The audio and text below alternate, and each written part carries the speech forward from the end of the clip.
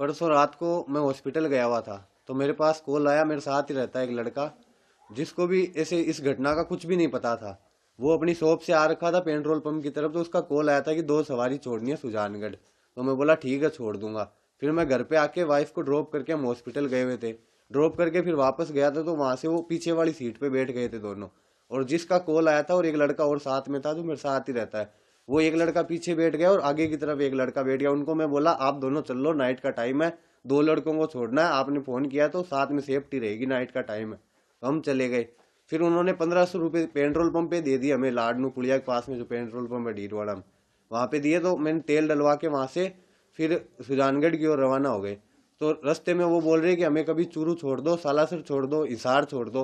तो मैं बोला भैया आपको एक बार बता दो जाना कहाँ है। तो बोला हिसार छोड़ दो। तो मैं बोला हिसार के ज़्यादा पैसे लगते हैं। तो बोला 10, 15, 20 हज़ार लग जाए, हमें कोई दिक्कत नहीं है, आप छोड़ दो। तो मैं बोला भैया हमारे घर वाले अलाउ नहीं करते 10 बजे के बाद में। तो उनको फिर वो बोले ठीक है सुजानगढ़ की तरफ चलो, वहाँ से कोई साधन देखते हैं। मैं बोला भैया आप ट्रेन में चले जाओ। तो बोला हम ट्रेन में नहीं जाएंगे, हम आराम से जाएंगे बस में या टैक्सी में। तो फिर उनको एक बस दिख गई सुजानगढ़ बस स्टैंड पे, दिल्ली नोखा लिखा हुआ था उस पे। तो वहीं उन्होंने गाड़ी रुकवा ली और उसी बस की तरफ वहाँ कंडक्टर से बात करने लग गई कि हमें हिसार जाना है। तो उनको वो बोला कि हिसार तो नहीं जाएंगे। तो फिर वो धारोड़ा की ऐसी कुछ बात करने लग गए। तो आपको कहीं कोई आभास नहीं हुआ कि इतने बड़े अपराधी इतना बड़ा अपराध करके आए हुए ये नहीं लड़के सर, हैं? ऐसी ऐसी कोई आवाज भी नहीं होने दिया। उन लोगों ने भी आराम से बात कर रहे थे और वो हरियाणवी लैंग्वेज में बोल रहे थे। मैं पूछ भी रहा था कि आप इधर क्यों आए हो, एकदम नॉर्मली फ्रेंडली बात करते हुए जा रहे थे। फिर थोड़ी देर बात किए, फिर वो चुपचाप बैठ गए। तो फिर हम भी नॉर्मल होके फिर गाड़ी चलाने लग गए। और जैसे ही मतलब लाडनू के पास आने लग गए, तो बार बार में बोल रहे थे कभी सालासर, कभी सुजानगढ़, कभी हिसार, कभी चूरू, ऐसे बोल रहे थे।